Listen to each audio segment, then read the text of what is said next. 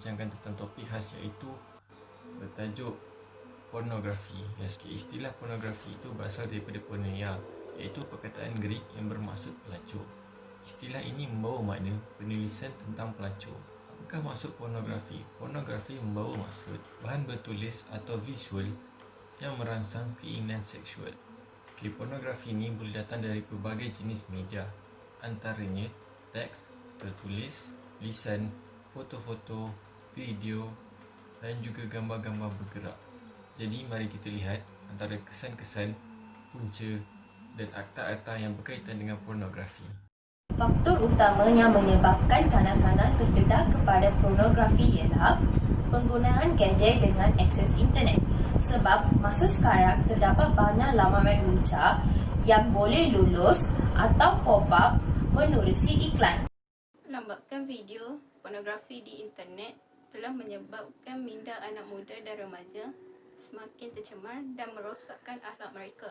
Menurut pakar, sebelum mereka menjadi ketagih, mereka akan melalui beberapa fasa terlebih dahulu.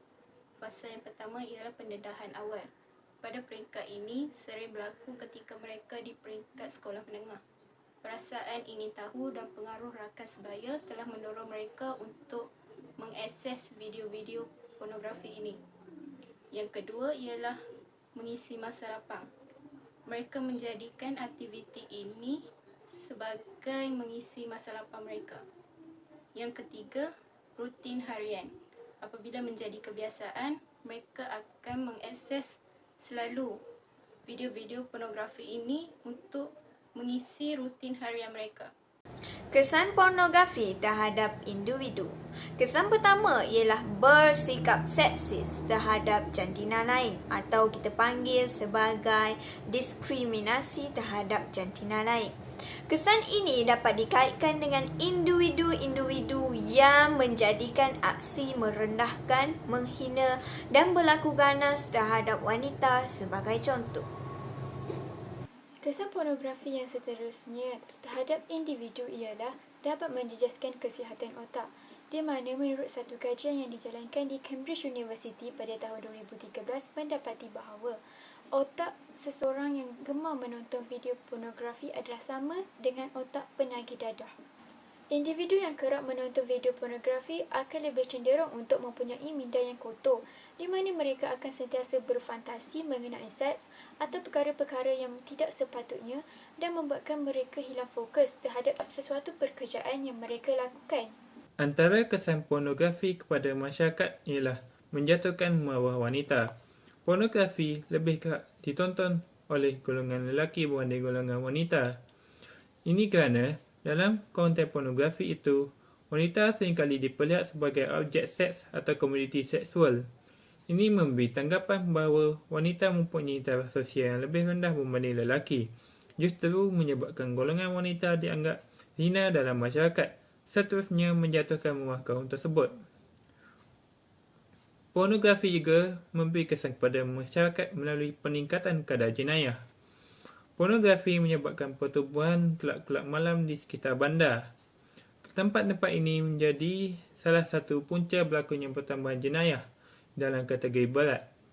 Antara jenayah yang berkaitan ialah jenayah rogol, curi, rompak dan bunuh. Kejadian jenayah ini juga turut menjejaskan keselamatan dalam komuniti masyarakat sesuatu tempat. Ini saya akan menceritakan bagaimana langkah-langkah untuk mengatasi masalah ini. Kekurangan pengawasan ibu bapa juga merupakan salah satu punca perkara ini berlaku.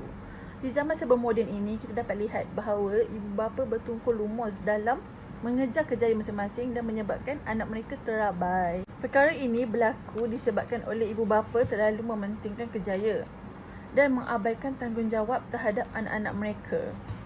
Kesudahannya, kekurangan kasih sayang daripada ibu bapa menyebabkan anak-anak mereka mula merasa kesunyian.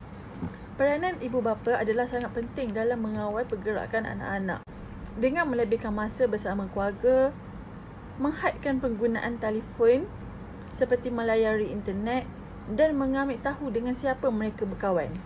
Di sini kita dapat lihat peranan ibu bapa adalah kunci utama dalam membendung masalah ini. Bak kata pepatah, bagaimana acuannya, begitulah kuihnya. Jika bukan mereka, siapa lagi lah yang akan membentuk insan yang mulia? Langkah-langkah yang boleh diambil untuk membantras jenayah pornografi ialah pihak kerajaan sepatutnya melaksanakan satu undang-undang laman pornografi. Di sini saya akan mengemukakan contoh undang-undang yang telah dilaksanakan di negara Arab Saudi. Kerajaan Arab Saudi telah menetapkan satu undang-undang kepada sesiapa sahaja pengguna telefon pintar berkamera yang menggunakan telefon pintar tersebut untuk menyebarkan video pornografi akan dikenakan denda sebanyak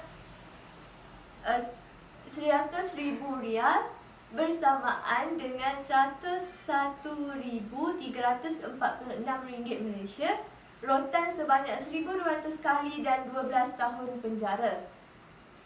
Hal ini telah dikuatkuasakan oleh pihak Mahkamah Arab Saudi yang telah menjatuhkan hukuman penjara dan denda kepada 3 orang lelaki yang telah disyaki bersalah menyebarkan video remaja perempuan yang diperkosa melalui telefon pintar miliknya. Malaysia, kita mempunyai undang-undang untuk mendakwa kesalahan penyebaran pornografi dendam. Di bawah Seksyen 2331-1 Akta Komunikasi dan Multimedia 1998, individu boleh didakwa jika menyebarkan apa-apa kandungan luncah di internet dan jika sabit kesalahan akan dijatuhkan hukuman di bawah Seksyen 233-3 Akta yang sama, iaitu denda tidak melebihi RM500,000 atau dipenjarakan selama tempoh tidak melebihi 1 tahun atau kedua-duanya sekali dan hendaklah juga boleh didenda selanjutnya RM1,000 bagi setiap hari kesalahan itu diteruskan selepas pensabitan.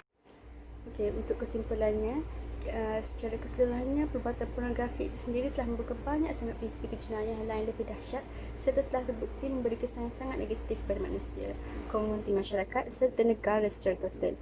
Justru kita perlu bekerjasama dalam membantras kegiatan yang tidak bermoral ini bagi melahirkan generasi yang berakhlak mulia, bertanggungjawab serta melahirkan suasana yang selamat didiami tidak kira bangsa. Kami berharap agar undang-undang mengenai pornografi diketatkan sebagaimana sebuah negara lain yang mampu melaksanakannya. Seharusnya tidak mustahil untuk kita negara Islam terutamanya mengambil inisiatif ini bagi melahirkan generasi yang bermoral. Sekian daripada kami, kepesan tentang tajuk pornografi, masalah-masalah yang telah membawa kesan yang sangat negatif pada bukan sekadar pada masyarakat tapi pada negara secara totalnya. Terima kasih.